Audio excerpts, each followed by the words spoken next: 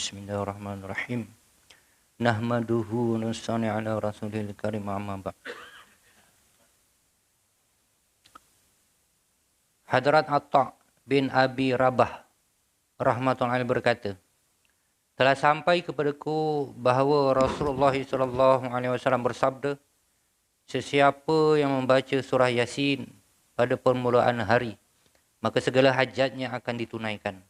Diulang, Hadrat Atta' bin Abi Rabah rahmatullahi berkata, telah sampai kepadaku bahawa Rasulullah SAW bersabda, sesiapa yang membaca surah Yasin pada permulaan hari, maka segala hajatnya akan ditunaikan.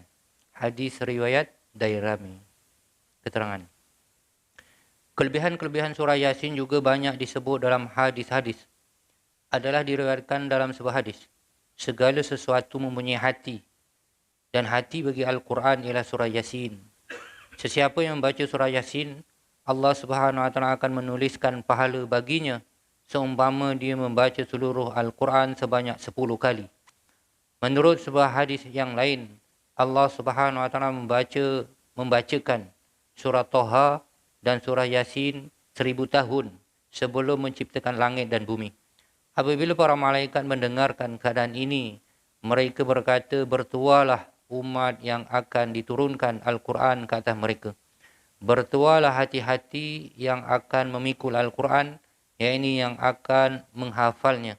Dan bertualah lidah-lidah yang akan membaca Al-Quran.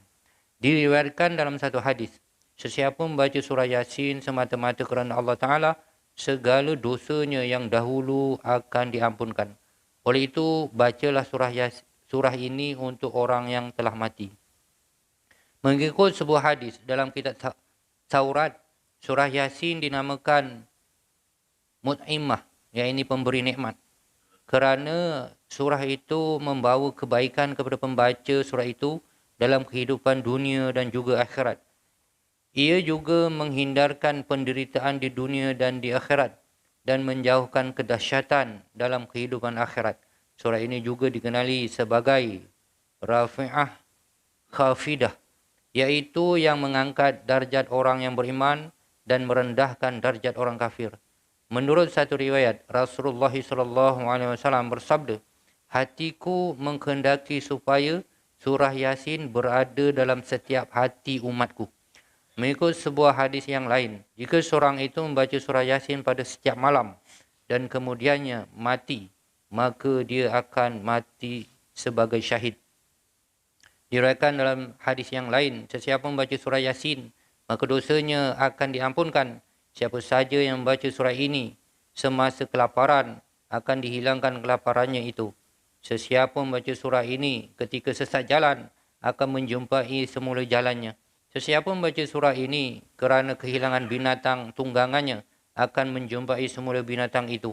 Dan apabila seorang itu membaca surah ini kerana bimbang makanan tidak cukup, maka makanan itu akan mencukupi. Sekiranya seorang itu membaca surah Yasin kepada orang yang sedang dalam keadaan nazak, maka kesakitan ketika nazaknya akan diringankan.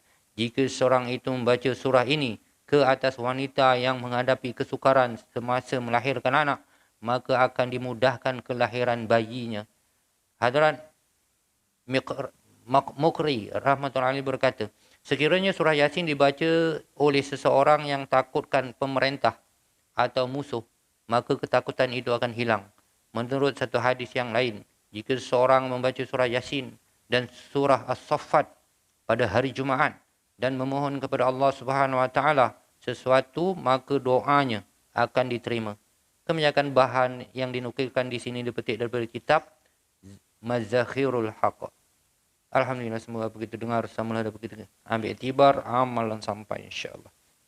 Sudahi dengan tasbih kepada subhanallah wa bihamdihi, subhanakallahumma wa bihamdika, asyhadu an la ilaha illa anta, astaghfiruka wa atubu ilaih. Subhana rabbika rabbil izzati amma yasifun wa salamun alal mursalin walhamdulillahi rabbil alamin. Taqabbalallahu minkum.